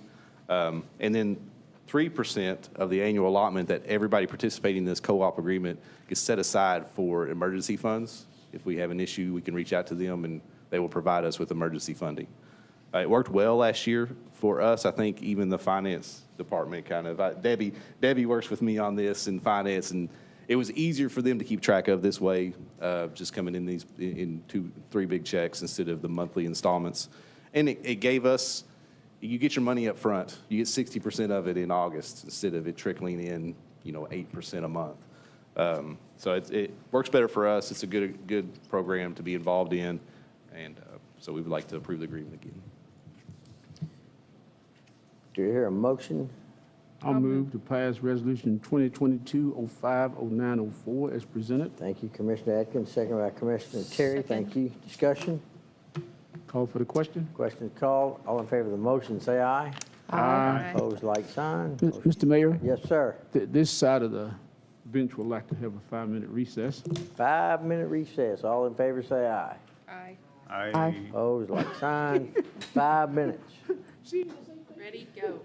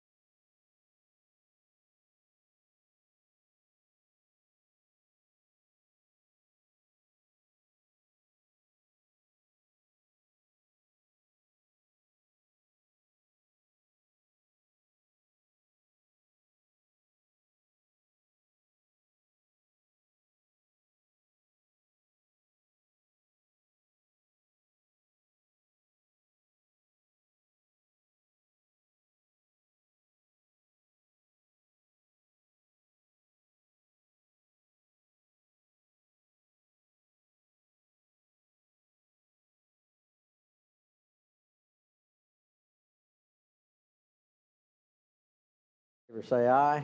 Aye. Opposed, like sign. We are in regular session with item 13 is resolution number 2022-05-09-05, cemetery buyback. Ashley? Yes, Greg Bernard has requested that the city buy back 2 graves that he owns. He will not be using them, so he's asked that we buy them back. So moved. Second. Motion made by Commissioner Atkins, second by Commissioner Holland. All in favor, say aye. Aye. Opposed, like sign. Motion carries. Resolution 2022-05-09-06, more cemetery buyback. Continue, ma'am. Yes, Gordon Rowe is the beneficiary of the estate of Maxine Taylor, and she has 1 plot that will not be being used, and he lives out of state, so he's asked us to buy that plot back as well. So moved. Second. Commissioner Atkins, thank you. Commissioner Cottle, second. All in favor, say aye. Aye. Opposed, like sign. Motion carries. Item 15, city manager report. Thank you, Mayor Commissioners. We got 3 things I want to talk about. First, the newsletter. We have a draft, several draft articles that we've assembled. We've reached out. Heart of Danville's provided us one that we think off of the award that they received, and so and hopefully they'll talk about some events for the summer. In that, CenterWorks has given us one talking about some of the things they're doing, and then we're incorporating some of the things like the parks. We'll have a nice article on that. Streetscape, talking about the downtown parking plan, and give a broad utility update.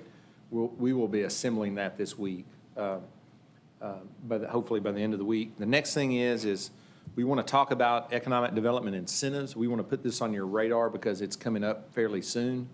We've had our attorney that we've worked with for a long time put together he's our, I guess, he would be our recommended counsel for setting up and organizing a TIF district or an IRB. We have met with a couple of developers that is interested in seeking particularly an industrial revenue bond. So what we've done is we've provided you the memo describing each one of those. I know they're really complicated. On the surface, they're boring to read about, and it can get lost. So what we would like to do is we've given this to you. If you have questions, please reach out and sit down and talk to us, and we'll provide you some additional information. I know Commissioner Cottle liked the idea of having some sample to understand and compare the two. Well, that's exactly what we actually have. I can't share it yet at the request of the developer, but we will follow up. We'll organize that in a thoughtful way. We do have to talk to some of the schools on the IRB. The big difference is the IRBs capture all property taxes, including school district taxes, which means the economic benefit can be much different in profile. The TIF district is generally what you see in redevelopments, although you can do different things with that. So those are in play and underway. We are developing a proposal, or at least one project for both styles. And we just know we anticipate the IRB coming up in the next month. Could be as soon as in 2 weeks.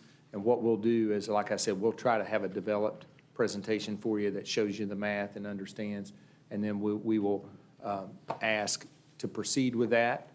And then we'll go down, we'll seek an inducement resolution, as you see in his notes.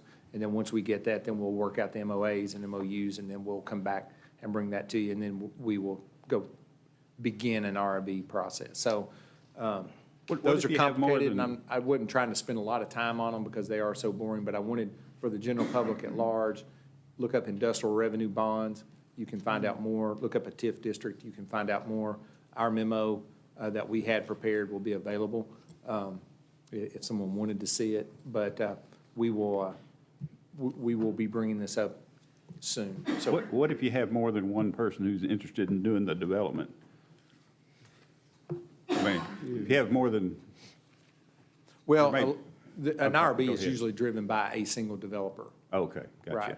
Coming to Gotcha. you, asking you an opportunity. It's not necessarily. We don't drive it, they drive it. They tend to drive the request for an IRB. A TIF district, the city can establish, and then it's the opposite. Then you can recruit individuals to pursue projects within that boundary. the city sets up the TIF to help offset public expenditures, water, sewer, streets, roads, things that are site-based. You're trying to mitigate those expenses to make it more enticing to go ahead and invest. Gotcha. And so we'll cover both of those as time passes, and time is soon. I do believe we'll have an IRB in the next month for you to consider. Are these supposed to be used in conjunction with each other, or is it an either-or? Either or. Okay. Yeah, two different styles. And what we're thinking in our minds when we look at it, as you read through the text, we think there's opportunities. There's at least one strong opportunity for an IRB on the bypass. We would like to try that to see what the application of that looks like.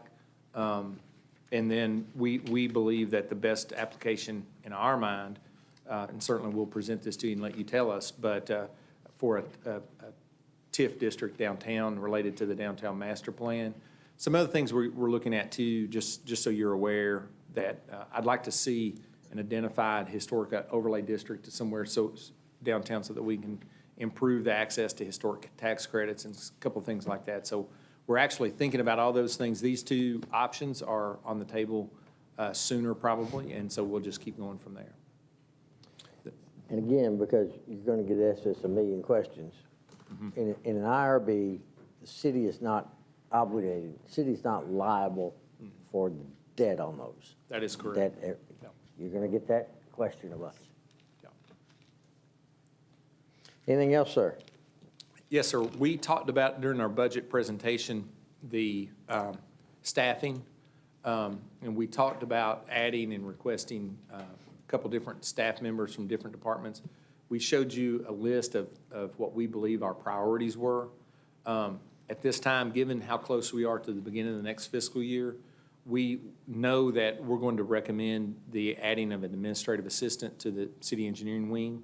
And we also know that we're going to recommend adding the community liaison position. I included in your packet a draft job description I got to clean up with the HR department. That was something I put together, not approved by Randy yet. What we'd like to do is the admin assistant is already in our system. And so what I'd like to do is advertise those over the next 6 or 8 weeks. If, when we go through the budget process, you don't want to hire those, we just stop the hiring process. But if you do hire them, then by July 1st, we're off and running on both of those. I think the administrative assistant will really help Josh. As you can see, he's got a lot going on, and he needs some administrative support. And so certainly we want to try to provide that to him if you are so inclined. Good idea. Okay. We're going to proceed with advertisements on both of those, and you can shore up if you want to hire those during the budget process. Okay. That's all I have. All right, we will hear the public comments on any item that has not been discussed on tonight's agenda. Ms. Brown, entrez-vous.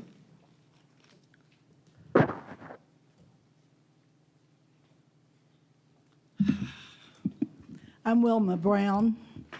I'm sure you have noticed around town in several places that there are 4-by-4 foot signs that say Hunt, County Judge Executive. The interesting thing about that is that Howard Hunt is not on any ballot until November. He's not on the primary ballot. He's not on a ballot until November when he and Trilly Bottom run for County Judge Executive. So the question is, why are his signs out? That would be a violation of any kind of election concern. Now, he will tell you that the word elect is not on his sign because he knows how to manipulate the system and that it is not an election sign. But in that case, he would need a sign permit. I don't know whether he has one or not. His point is to clump with him other candidates that are the like mind, other candidates that are his acolyte, to clump with him signs of those candidates. Those particular candidates apparently think the way he thinks. Apparently they have an allegiance to a political party because Mr. Hunt, being the county judge executive, is in leadership of the Republican Party in our county. The thing that concerns me, some of those signs, one sign for mayor and two for city commissioners are for positions in our city government that are nonpartisan positions. Those people should not be aligned with any particular party whatsoever, including signage that would indicate that they are part of a particular party or particular mindset. I want a candidate, I want an elected person who is first, has first allegiance to the voters, not to any particular party or certainly not to the fiscal court or the county judge executive. So there are questions about what is nonpartisanship. If a candidate is putting materials into a particular headquarters, that is a partisan move. If a candidate is letting a particular party use his or her picture in campaign materials or campaign promotion, that is a partisan move. So we have 2 candidates for mayor who are not aligning themselves with any particular political party. We have at least 6 people running for city commission who are not aligning themselves with any particular party, political party. So I would urge all voters to look to those candidates for the people who are going to serve the people. Look to those candidates for their choices in the primary election. And thank you for your time. Thank you, ma'am. Anyone else? Yes, ma'am. If you'll introduce yourself, please. Karen Samuels, Boffman. I've been here before. Yes, ma'am.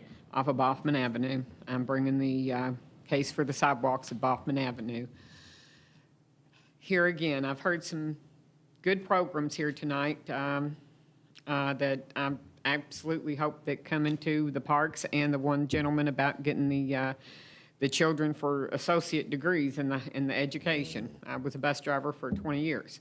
So, but, and the kids, but my point tonight is, what do I need to do to help get sidewalks down Boffman? Because in the last 3 years since the pandemic, I have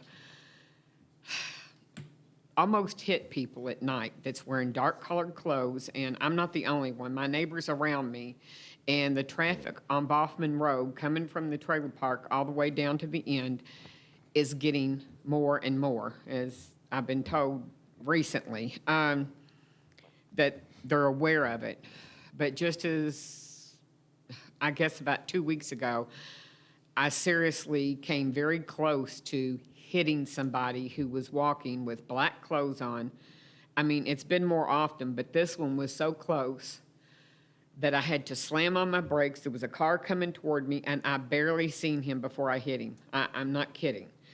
And I went home shaking, because you don't even have any idea well, all of us here, if we hit somebody because they didn't have a sidewalk to walk on. Plus, the guy was walking with the traffic instead of against the traffic, but that's beside the point.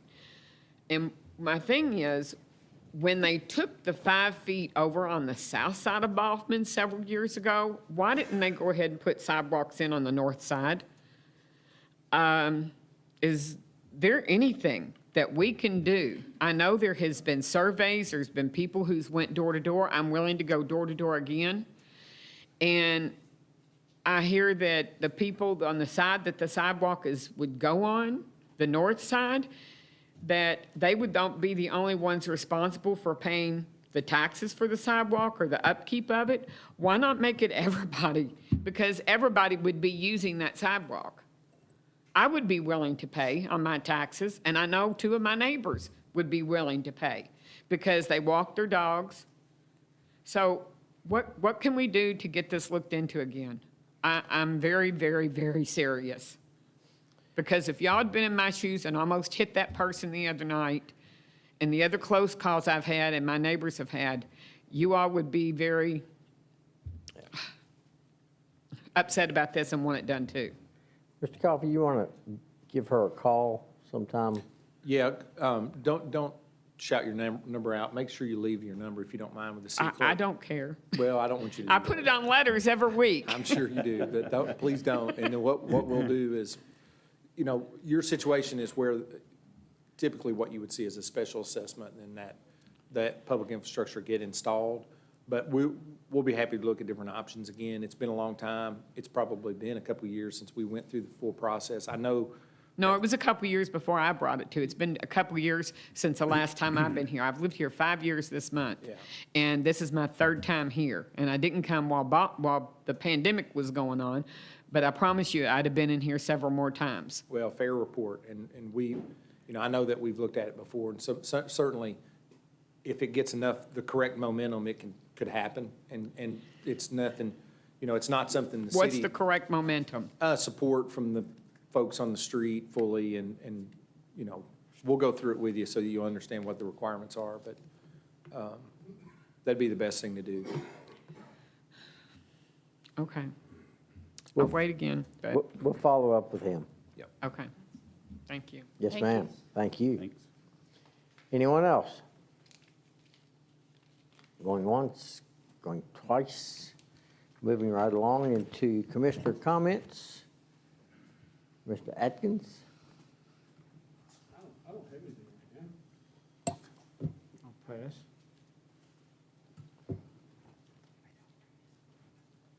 Go. I don't have anything. The only thing I would add, and I think Earl has passed it on to all of us, but the city of Danville, in Country Living magazine, which talks about the 30 best weekend getaways in the South. Number 1, Danville, Kentucky, California, Illinois. KY, in the South. So that's pretty good advertising. Yeah, that's Yep, great. Definitely. That's pretty good advertising, They followed by. mentioned Stephen Dexter's house by name, because that's, Hey, I got an open door policy, so come on down. What's the address, please? Is that but Mayor, that I'd is, prefer you not have it, but for the others, I'll give it later. I know where you That is live. pretty I know where you Where live. the swimming is? Well, I'll be there this weekend. that's a pretty neat honor. Yeah, it is. Very much so. It's hard to buy that kind of advertising. Moving right on to item 16, payment of the bills. Chair will entertain a motion for the payment of the bills. I move to pay bill list dated May the 10th, 2022, in the amount of, $1,071,668, some change. Motion's been made by Commissioner Atkins. Is there a second? Second. Mr. Terry, thank you. Discussion? Chair will call the question. All in favor of the motion, say aye. Aye. Opposed, like sign, motion carries. Item 17 is resolution number 2022-05-09-07. This is a bid award. Mr. Carrier, please, sir. Thank you, Mr. Mayor, Commissioners. On April the 26th of this year, the city of Danville received 2 bids for what's called the GAC contactor media removal and reactivation contract bid. It's the granular activated carbon. It's a filter there at the wastewater plant. It's something that we have to do every year. We received 2 bids for the aforementioned contract, one from Water Sales and Service for the amount of $159,000, and another for Calgon Carbon, amount of $164,970. The project includes removal, reactivation, and replacement of the GAC media, the actual carbon media itself, cleaning it and replacing it at the water treatment plant. So staff recommends approval of the low bid of the 2, the $159,000, to S4 Water Sales and Service. Do I hear a motion for the resolution? I move for approval of Resolution 2022-05-0907. Thank you, Commissioner Second. Terry. Is there a second? Mr. Cottle, thank you. Discussion? Seeing none, all in favor of the motion, say aye. Aye. Opposed, like sign. Motion carries. That concludes our, we got one more? Oh, yes, we do. Resolution number 2022-05-09-08. This is a contract with Applied Digital Solutions. That is not Rebecca. That is not Hafley. Rebecca Hayes. I am Crystal Blackburn, lead telecommunicator. Rebecca's under the weather, so she asked me to come. Applied Digital Solutions is our recording equipment. We use it every day for every call and every radio traffic that we put out.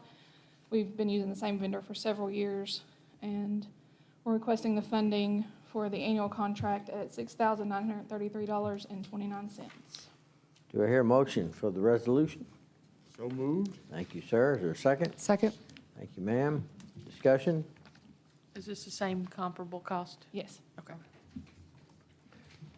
Any further comments? Seeing none, Chair will call the question. All in favor of the motion, say aye. Aye. Opposed, like sign.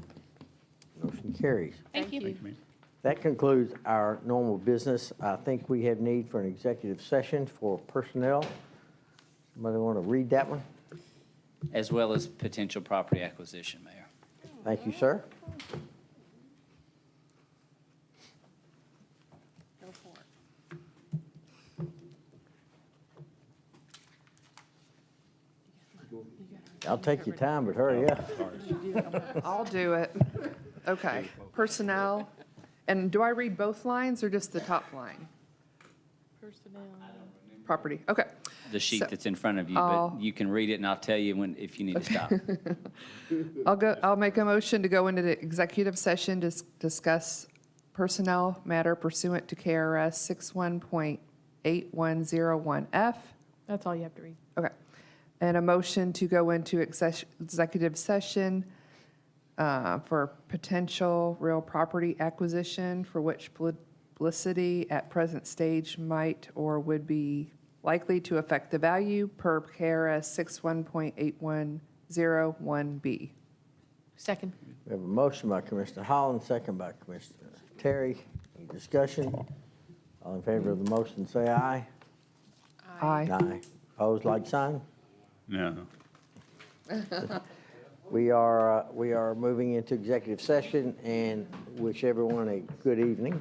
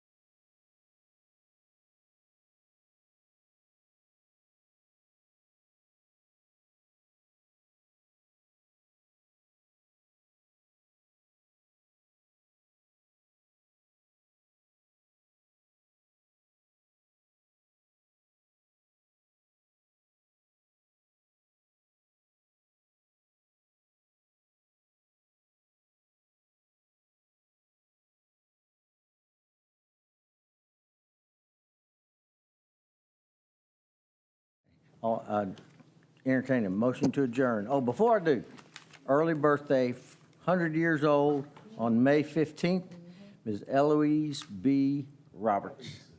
They're going to have a celebration for her Sunday at the church, Lexington Avenue Baptist. So, Good for her. I don't know when it is. I know they're having lunch. at 10:45. They meet at 10:45. 10:45.